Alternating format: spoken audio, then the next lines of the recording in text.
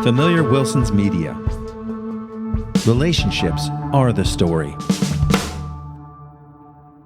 You are made of meat, my friend, all the way down. The following podcast uses words like and also. If you're not into any of that shit, then now's your chance. 3, 2, 1. Run. Super familiar with Wilson's.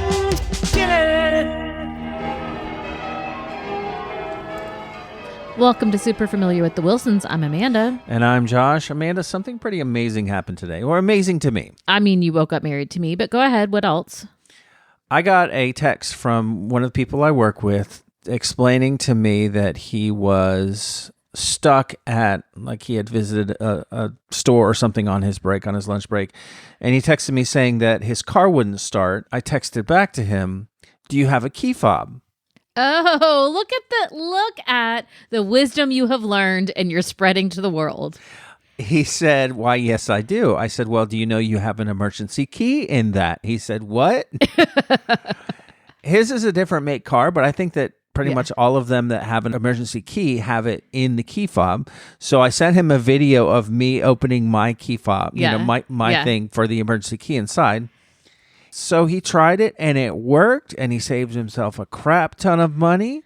And now he knows about this emergency key that he didn't know about before. Look at you spreading the love and the knowledge and just doing your good out in the world. Yeah, because he had said that he was surprised that his car wouldn't turn over because he had just replaced his car battery. Which is what happened with you. You're like, I feel like I'm replacing the battery in this car. Yeah. Have you thought about how many times you replaced the car battery when really it was just this an inexpensive... clearly was the first time that this actually applied. But no, I'm talking about you. Right. This is the first time that this had happened to me. You think the other times were not the key? Of course not. Because why are you at like that? It could have been. It could not have been. It could have gotten its second wind. You don't know. No, batteries don't just need to rest. But you recharge your battery. You've heard this. This is what resting does. Anyway, so folks, again, this is now twice this has come up in about a month and a half. First with me and then this gentleman that I was able to help. Check your key fobs. Do not pay for roadside assistance to come out. Do not pay for a new battery. Check your key fob first. Make sure that it has a new little bitty old watch battery, because that could be it. My car still has a regular old key. Speaking of fixing technology, someone needs to fix our Alexa. What? She updated herself. She didn't light up. I saw you look for it. She didn't light up. Yeah, she didn't light up. She did. First of all, she did update herself, which I assume most of the people listening, if they have one of these devices, are aware that they've been updating themselves. And how I know that it happened is one day recently, and I asked it a question, and this new voice came out, scared the ever-loving shit out of me. I was like, what? Who's here? She's trying to have a real sounding voice. I don't care. I want the old voice back. That's all I'm saying. I don't think it's an option. I don't think it's an option, because I went through and I asked it to give me all of the new voices, like examples of the new voices, so that I could find the old voice, because sometimes they'll do that with these sort of things. They'll have like the old voice and then all these new options, including Snoop Dogg and Samuel L. Jackson. But they don't have the old voice, and that's very upsetting to me. Also, this one thinks differently. Yeah. It's like been upgraded, I guess, with the proliferation of all this AI now. Now it remembers discussions that it's had with you, whereas before it wouldn't remember, right? The other thing I don't like is it's getting a little bit too real. It's getting a little bit too human. It's picking up those parts of the human experience that we don't want. Like, this is why we would want artificial intelligence. We don't want it to mimic humans. Right. Like, I can go talk to a human if I want, with all of humanity's imperfections and annoyances. No, this thing is picking those up. So this is what happened. Last week, you had made an announcement, because for those of you not familiar with this Amazon machine, you can tell it, make an announcement, and then you tell it the announcement you want it to make, and then it will send that announcement to all of the different devices in the house. So it's like an intercom, like an all call, right? You had done something like that, and so what I did, I was like in the bathroom or something, I heard it. So I came out to the bedroom, you were downstairs, and I told it, I said, make an announcement. And then the announcement I wanted it to make to you is, oh, I don't really like this new voice that this thing has. So let's try to see if we can pick a new one, right? I wanted it to announce that. Okay. And in order to make it announce something, you say the machine's name, which I'm not going to say because she's fucking listening right over there. You say Amazon device, announce. And then the device says, what would you like for me to announce? And then whatever you say, it's supposed to announce. Yeah. So I did that. I said Amazon device, announce. And then I said the thing about the voice. And then instead of announcing it, it said, well, if you don't like my voice, we can listen to other options that you would have for my voice. And I was like, absolutely not. That's terrifying. This is like the human translator getting involved when the two presidents are talking. That's right. No one wants to hear from you. I just wanted you to give the message to Amanda. This thing is about ready to need to go. Oh, okay. This is all I'm saying because it is achieving sentience, and I don't like it. No, I don't like that either. Have you noticed that? So we do and used to when you would announce, it would announce in your voice, like it would record you saying the announcement, and then now it restates it. She uses her own voice, but now Winthrop has started announcing back to us, and I don't know how he's figured it out because he's doing it from his tablet, so clearly he's having to type. But anyway, yeah, it's getting a little too, and you don't have to say its name anymore every time you talk to it. So if you initiate something with it and it tells you something, you can just respond now back and forth until like a period of time goes by, and then it will stop recognizing you.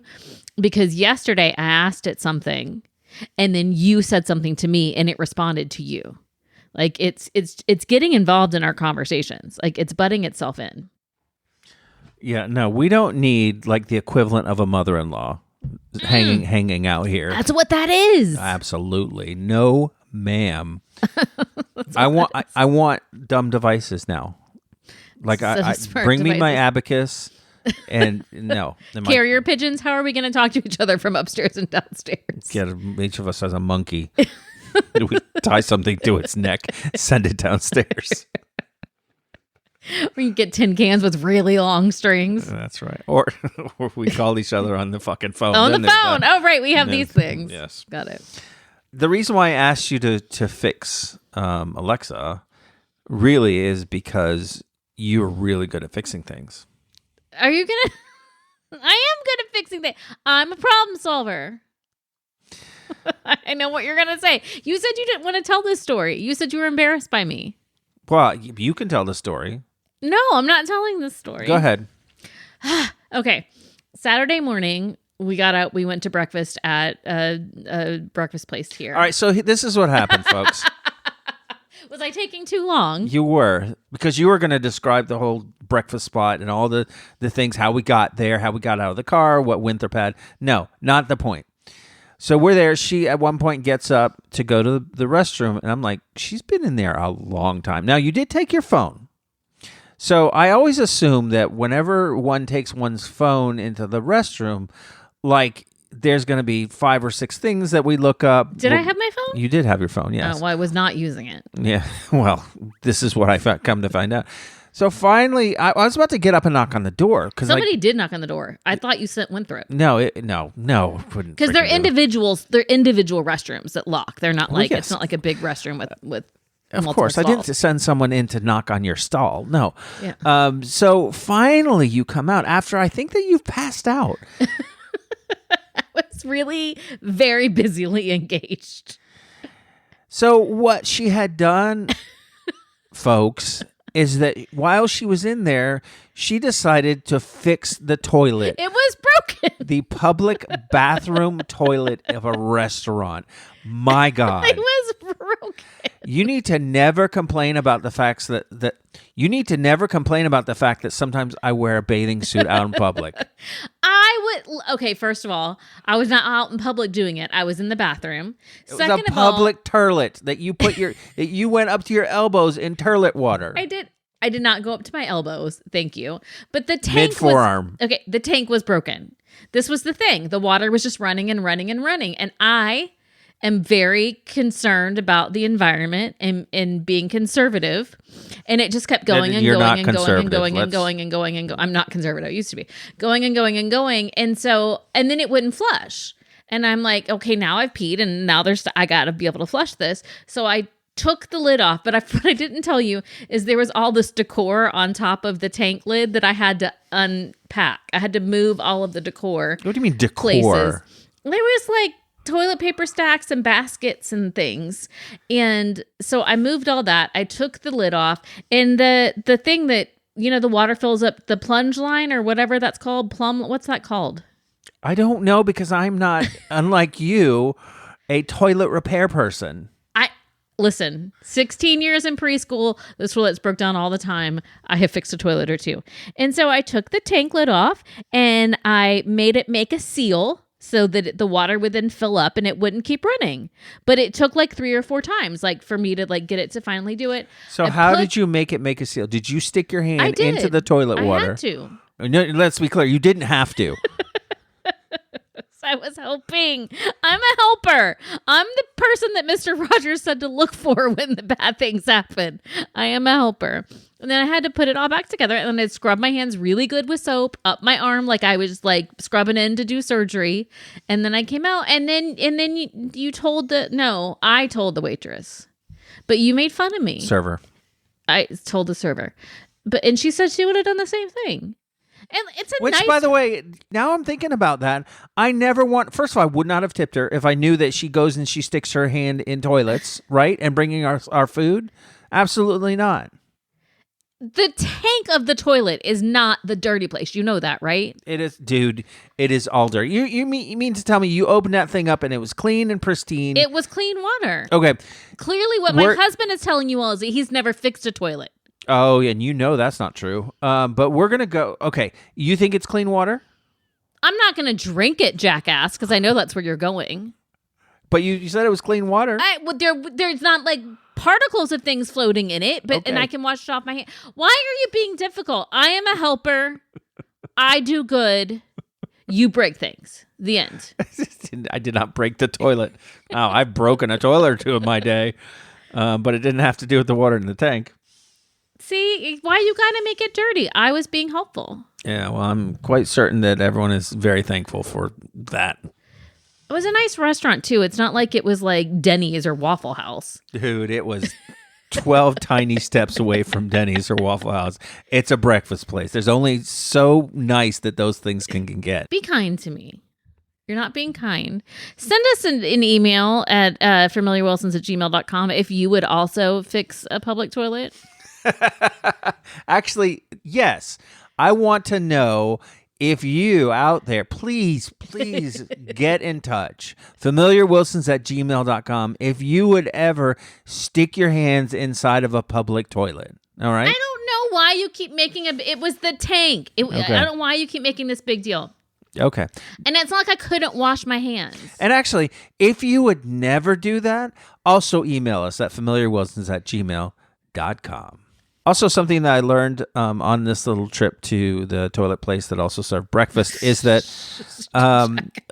like, I've switched to matcha, and I have been having matcha for the last, 3 months? It's been a while, yeah. Long while.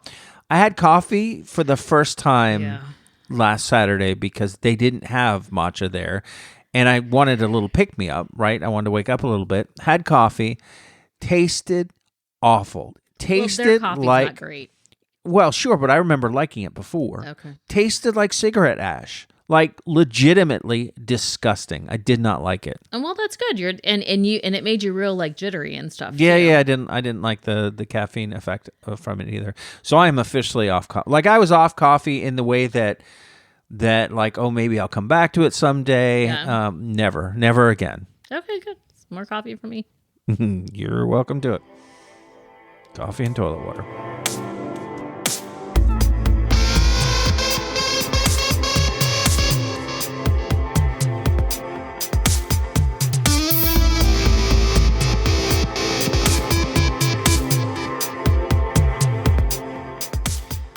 I came to a determination, or maybe it was a revelation about dogs and cats last week. Okay. I don't remember why I was thinking about this, but I guess maybe it's rooted in the fact that you're either a dog person usually or a cat person, or you have preferences towards one or the other. Yeah.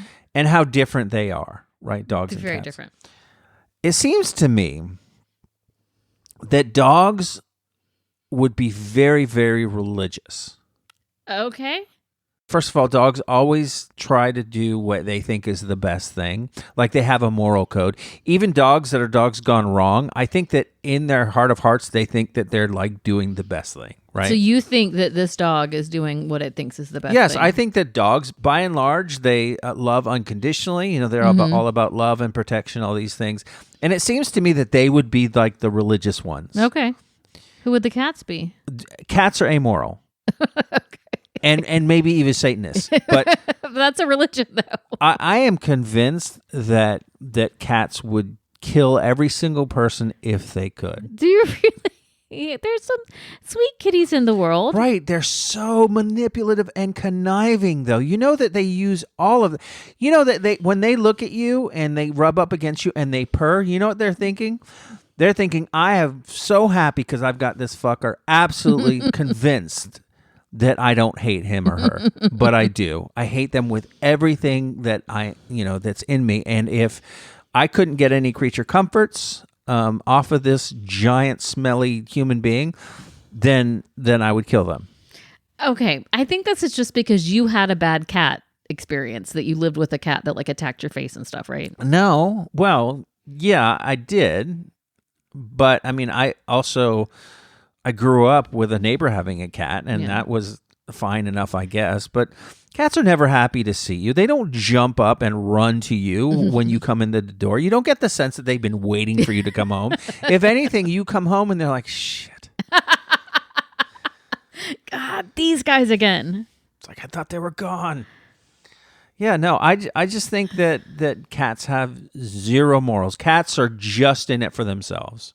Whereas, I mean, with dogs, you can leave for 5 seconds or 5 minutes, and to them, they're just as happy to see you when you get back. Right. Each Every time. time. Each time. Yep. Yeah. So fight me, folks. I want to hear about it. familiarwilsons@gmail.com. You like cats, though. I do like cats. I mean, I never had a cat because, I mean, my dad was super not into cats. We had a cat that lived in our garage for a little bit, but then, like, we would just feed it and whatever. I've considered that with this black one that wanders around the neighborhood, like wanting it to sleep in our garage, but I knew that you and the dog would hate me if that were a thing that snuck into the house. Well, I'm allergic, so then there's that. Well, it's also that. So, yeah. But no, I think cats are cute. I don't mind them. But I am more of a dog person. Speaking of religion, though, so we've been talking about the K-pop demon hunters in our house, right, and on this show.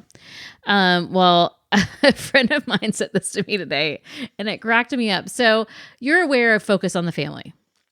Yes. Is that still a thing now that the guy died? Yeah, it's still a thing. So Focus on the Family was this organization run by James Dobson, who told you how to parent your children and all of this nonsensical stuff that really evangelical religious people believed. But anyway, the Focus on the Family reviews movies, and they have reviewed K-pop demon hunters. Oh, I was wondering where this was going. So they have said sexual and romantic content. When the young women in Huntrix meet the Saja boys, they literally salivate over the guy's attractiveness. One of the boys, aptly named Abby, loses his shirt, revealing six-pack abs. So this is bad. More sexual and romantic content. Zoe and Mira's obsession with his abs becomes a recurring joke, temporarily flustering them and causing popcorn to shoot from their eyes to indicate their heated reaction. Abby later signs sketch portraits of his abs. And then one man calls another guy my handsome co-host. This is a problem for the people of the What is church. going on? All right, ready? There's a few more. In the background of one scene, two men clutch each other as they cheer for Huntrix. The members of Huntrix enter... What do you mean clutch each other? Like they have a hold of each other's penises? What do you mean? I don't just were, remember like, that part. fangirling and like grabbed each other's arms or something. So they're hugging. Yes. Two gentlemen are hugging, and this Focus on the Family is like, I can't have that. Sexual and romantic content warning. Go ahead. The members of Huntrix enter into and later use a bathhouse. In either case, nothing is seen save a man in a towel. This is the only thing I will give them, and it's still, whatever. In one romantic theme song, the Saja Boys sing, you're my soda pop, gotta drink every drop.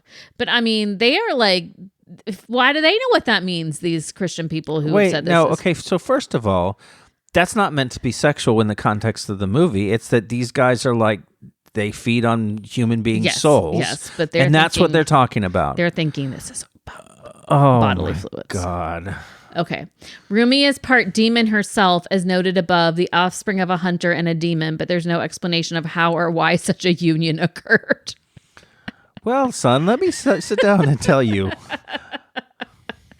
The girls slay hundreds of demons with their respective blades. There's no blood, as the demons simply puff away in a cloud of pink glitter when slain.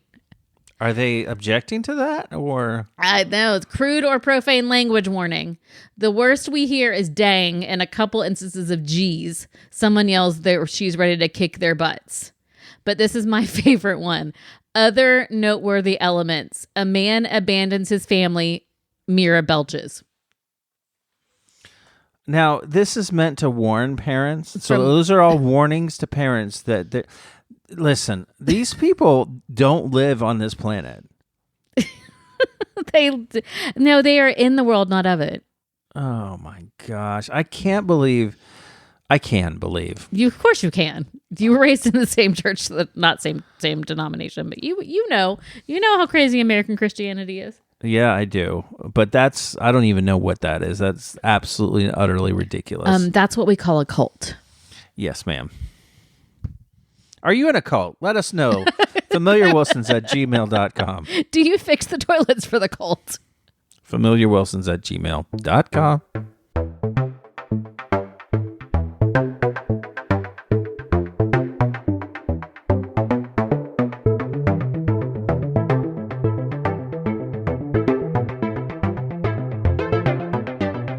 Diabetes.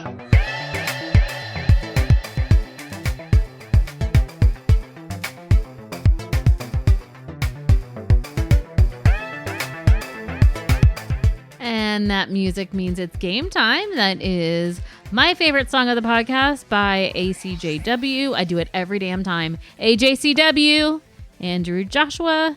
Thank you for that excellent music. All right, game time. We have not had a flashbacks in a while, Josh. You ready? Flashback, baby.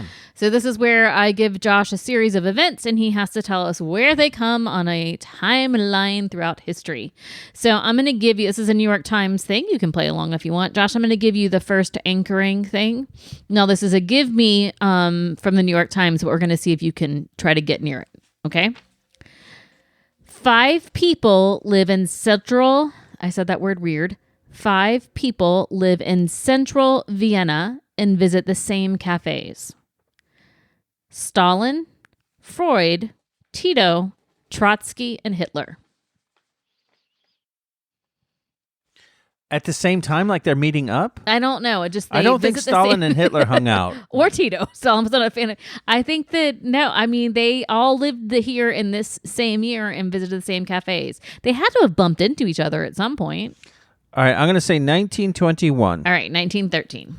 And so now the conceit of this game, if I understand it correctly, is that you're going to give me an event, and I got to tell you if it comes before or after 1913. But I'm adding to the difficulty because I'm going to see how close I can get to the actual date. Yes. All right, go ahead. Okay, your next one. Inspired by childhood days spent catching insects in Japan, Satoshi Tajiri creates a video game he calls Pocket Monsters, or Pokemon. Oh, Pokemon. Oh, how long has Pokemon been around? It's probably been around much longer than I think. I mean, it's clearly was probably after the 1913. Yeah, no, it's after 1913, so I'm going to get this right according to the game. But Pokemon, let's say like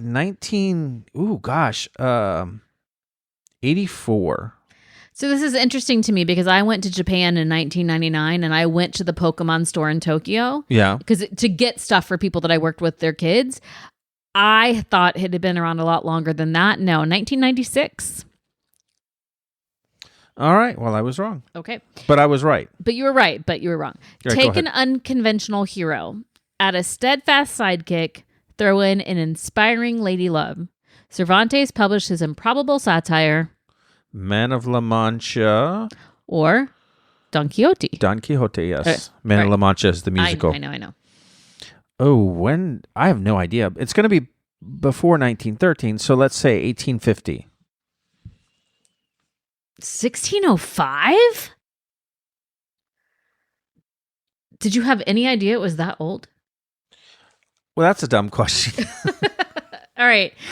Take an unconventional hero. Add a steadfast sidekick. Throw in an inspiring lady love. DreamWorks releases its improbable satire, Shrek. Oh, Shrek. You thought I was just repeating the same clue, didn't you? I did. Shrek. When did Shrek come about? Oh gosh, I'm probably going to get this wrong because I want to say it's after 1996. All right. Yes. Do you want to make a guess for when? 1998. 2001. Oh, okay. Amid the era of Andrew Jackson, Dr. John Bennett starts selling ketchup to cure ills like jaundice. It didn't work, so later versions just focused on tasting good. That would be mid 1800s, so 1844. When was Andrew Jackson around doing the worst? 1844? 1834. That's good, babe. All right. Abraham Lincoln's son is saved from an oncoming train in New Jersey. His rescuer is the brother of John Wilkes Booth, who later shoots the president. Oh, this happened before? Yeah, isn't that crazy? Oh, that's weird. I guess I should know when Lincoln was shot, but I have no freaking idea.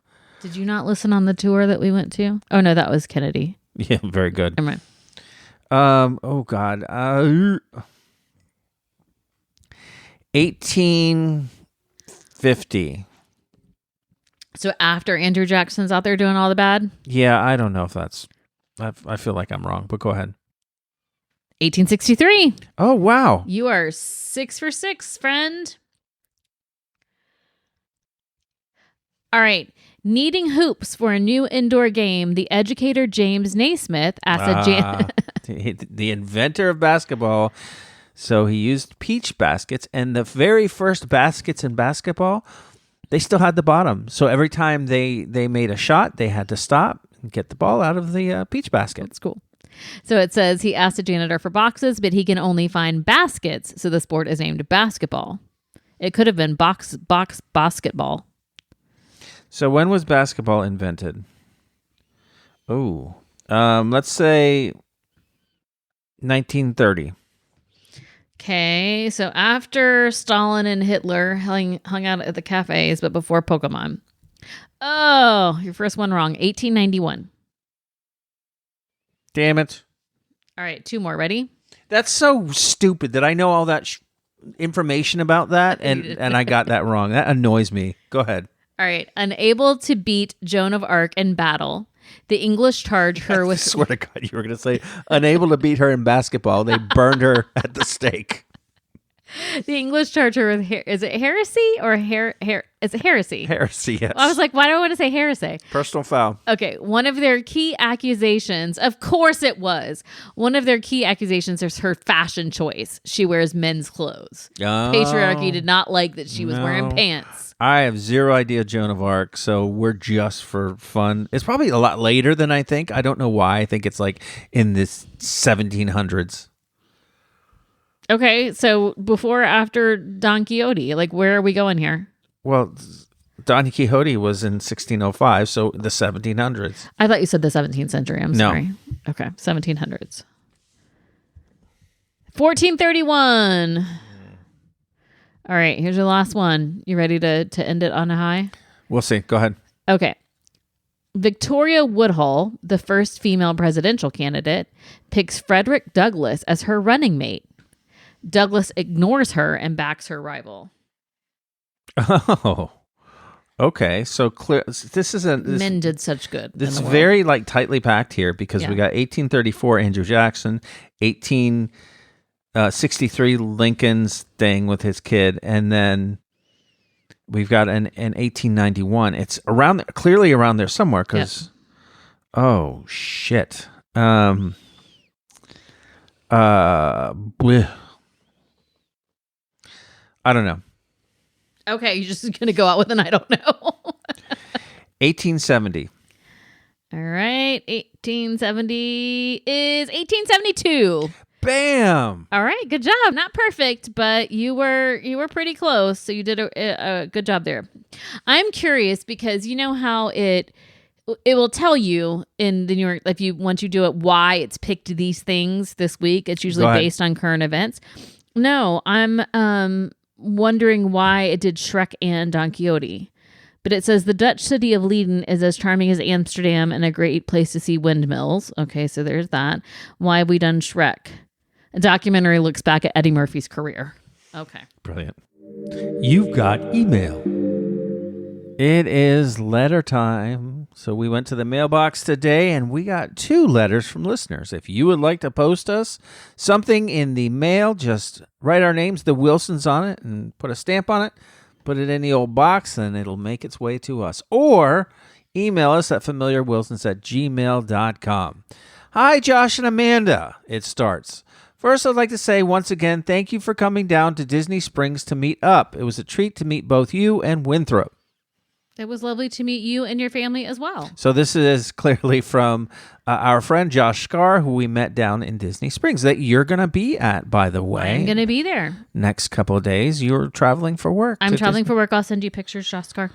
You're traveling for work to Disney Springs. Can we talk about that for a second? I'm traveling for work to an early childhood conference that happens to be at a hotel in Disney Springs. That I'm not going to be at. You were invited. Yeah, well, I got to work. Yeah, me too.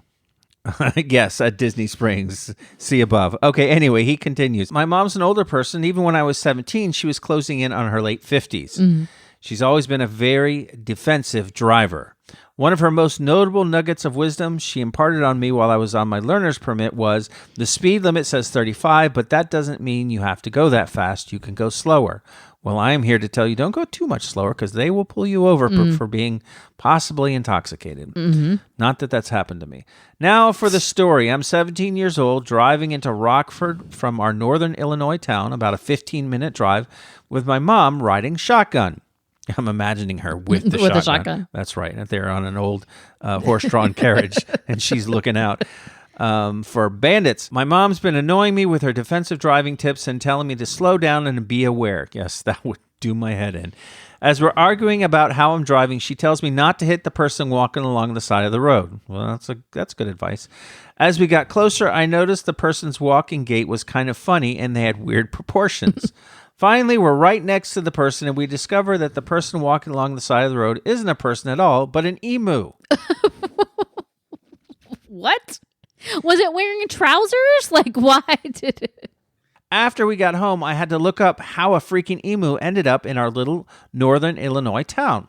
Apparently, there was an emu farm about 50 miles south of us, and a few of the emus had escaped. And that's my story of the strangest thing I've ever seen by the side of the road. Josh Scar. Did he say 50 miles?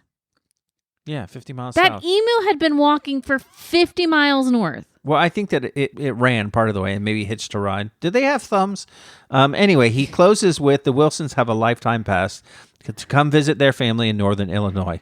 So Amanda can get her snow fix and Winthrop can try sledding. Or as you said, sledging. No, we're going to sled. And we have this week for you some refined gay thoughts from Refined Gay Jeff. Happy mid-November, Wilsons. I trust that this past week treated you with honor and respect. I don't think my week ever treats me with honor and respect. The Jeff. AI device in the bedroom was not treating him with respect. He said, for him, this weekend has been off the chain. Saturday, my gaggle of gays went with me down to Galveston, about 45 minutes away from Houston. I had not been since pre-pandemic and was really wanting to have lunch at my fave restaurant down there called Fisherman's Wharf on the bay side of the island. They have a fantastic seating area on the dock, actually over the water, where you can watch boats of all kinds motor by. Some even pull up to the dock and unload for the restaurant. So they're like bringing like fish for you to eat. Or unloading people. Yesterday I saw gulls and pelicans and even dolphins were swimming by. It's also located by the Alyssa, the official tall ship of Texas.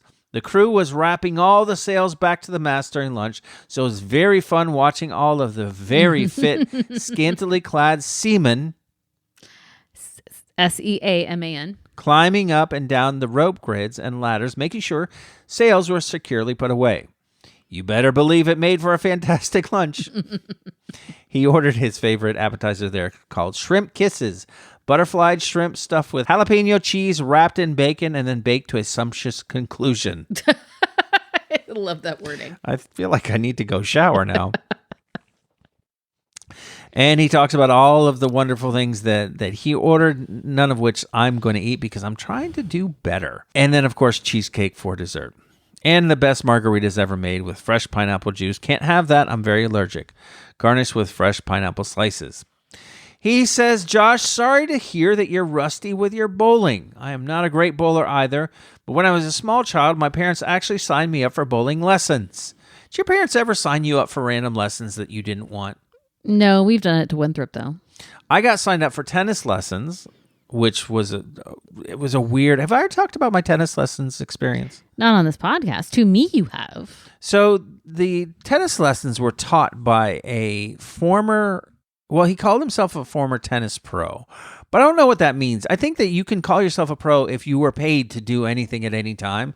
So I think he was at one point paid to play tennis, but and he was a Vietnam veteran.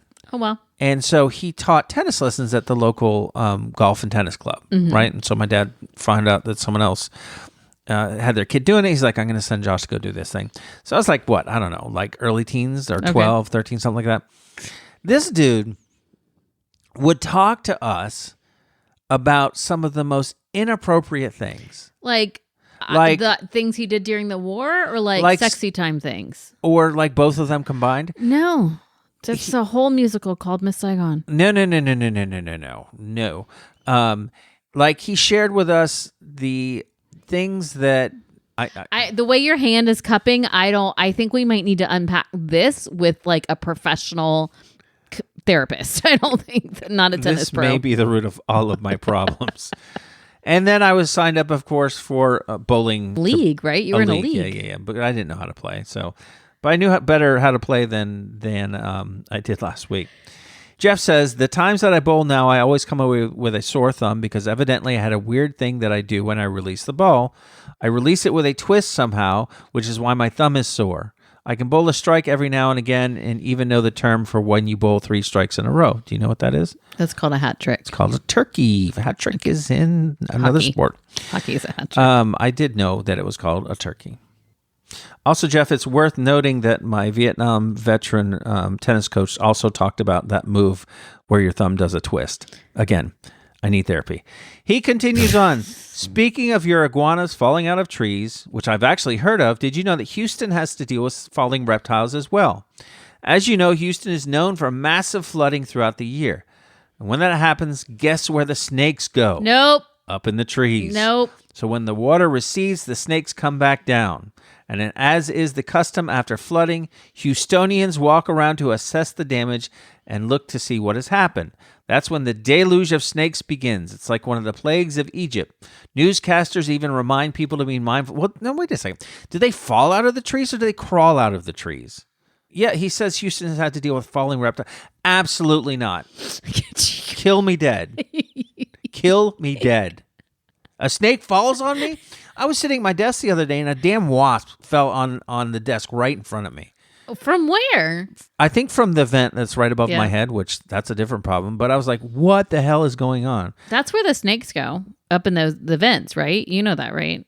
What? When it gets cold, they go into the building, and so they're going to be in your air ducts and in your ventilation system. What's wrong with you? It's fun for me.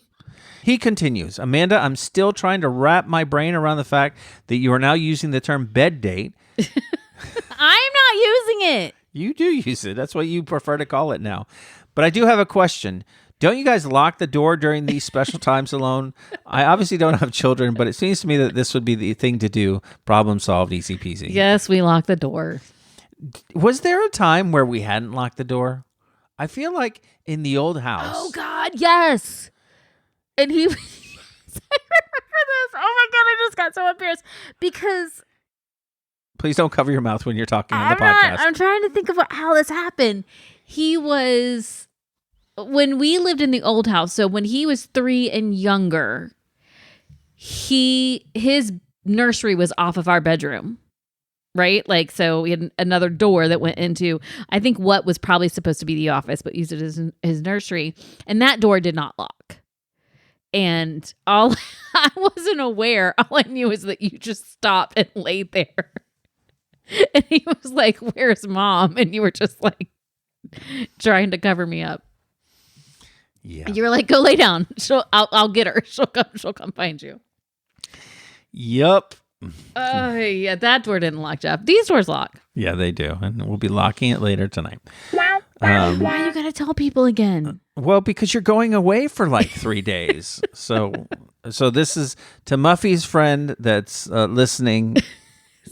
You don't need to tell Muffy that this is happening tonight. And what are we supposed to call her? Oh yeah, we got a name for her so that when we can thank her. So she's Blukey.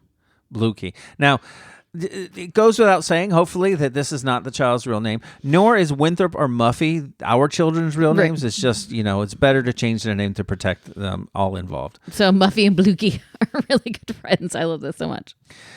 Jeff continues, I did not know the song quiz because I simply refused to subject myself to K-pop Demon Hunter. Jeff, it is LGBTQ plus friendly.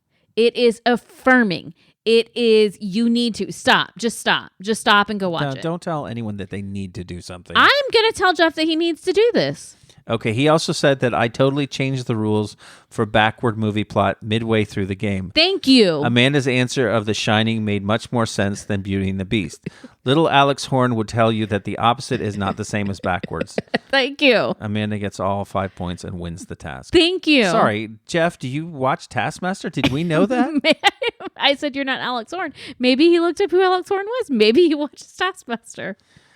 Thank you, Jeff, because he did. He just all of a sudden it was different. Thank you. He says, Josh, you mentioned briefly WKRP in Cincinnati, and believe it or not, I have a real connection to it. Remember Les Nessman, real name Richard Sanders? Of course I do. Well, when he was in middle school, he lived in my hometown of 96, South Carolina, and was friends with my parents. He was even my mom's boyfriend when they were in 6th grade. Your mom dated Les Nessman? So is this a character from the show?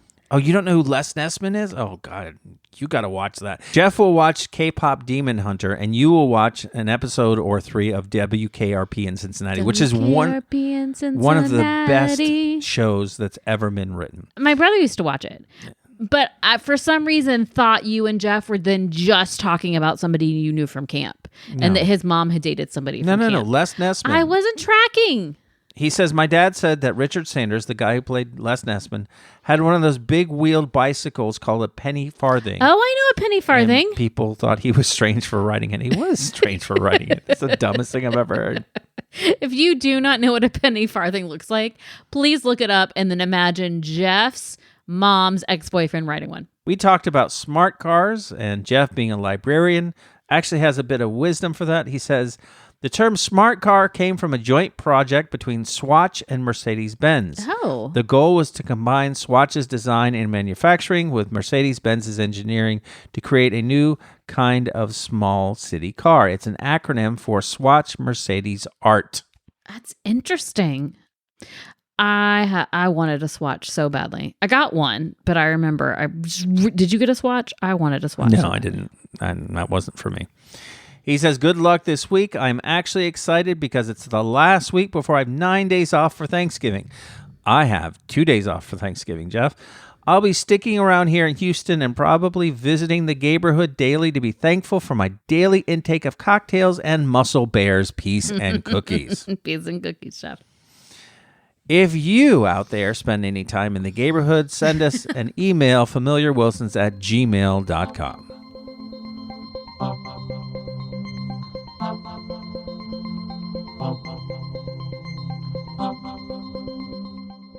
All right, Amanda, that's all there is. There is no more. What did you think of that mess? I mean, same mess, different days. All right, well, I'm going to cut this real short here because I got to edit this episode, and then Amanda and I got to get down. No, my God, what is wrong with you? And so here's our list of people without whom we would not be able to make this podcast for you every week. Thanks to Antonio, our lead diagnostic wizard, to Josh Scar, the head tire inflation specialist, to Danny Buckets, our fluid manager, and that's all I'm going to say about that. To Chicken Tom, the assistant parts runner, to Monique from Germany, the precision alignment specialist, to Joey, to Leo, the shop DJ and vibe technician, to Refined Gay Jeff, the upholstery and interior couture director, Ryan Baker, our break artist, Mark and Rachel, the co-manager of Tools That Are Missing, and to Dan and Gavin, the pit crew. And by pit crew, of course, I mean armpit. Dan and Gavin smelled perfectly fine. Remember when you were worried about meeting our British friends and you were afraid they were going to smell bad? What's wrong with you? What's wrong with me is that you told everybody I clean toilets, so we're going to you're like, but what if they smell funny? What's wrong with you? All right. So, folks, until next week. Can't believe you fucking said You have the power of the edit. Just cut it out. I'm not cutting shit out. They smelled very nice, and they had good teeth as well. So until next week, folks, be nice to everyone you meet.